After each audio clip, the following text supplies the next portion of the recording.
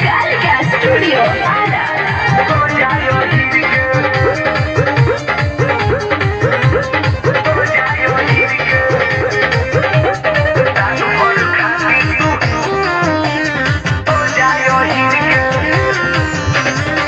बाबू साहेब जे मोर गोर मइले भेले गोटी तब चटबडी कोइले चले बाबू साहेब जे मोर गोर मइले भेले गोटी तब चटबडी कोइले ओली छोली के अजले न लागल लगावे लगोली शरीर के लहई लौला खा झुमका पहिर के रात भर खाती तू हो जाय हिर के लहई लौला खा झुमका पहिर के रात भर खाती तू हो जाय हिर के हर जाइना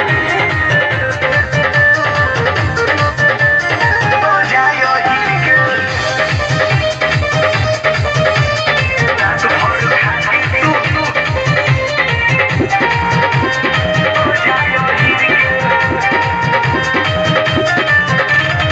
दूर से फिल कोला दिलवा फिरन से पावे के कोरोना आशा ओठ लाली के लाली चटा दो नशा में करब तमाशा हो बड़ा बोला तारा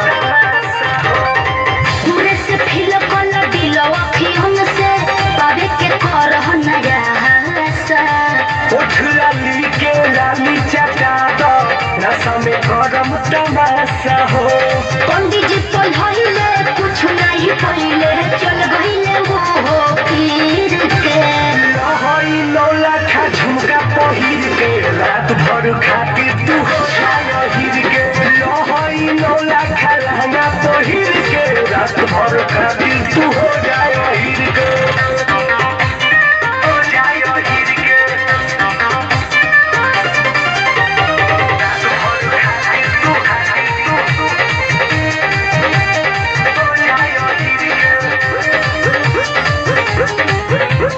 हो जाय हिर के रात भर खातिर तू हो जाय हिर के प्रिंस प्रियदर्शी भी झील गइले कहले देवे के बकसीस हो राती में औटी के आवे नदी है तुम अर्जुन नीतीश हो प्रिंस प्रियदर्शी भी झील गइले कहले देवे के बकसीस हो राती में औटी के आवे नदी है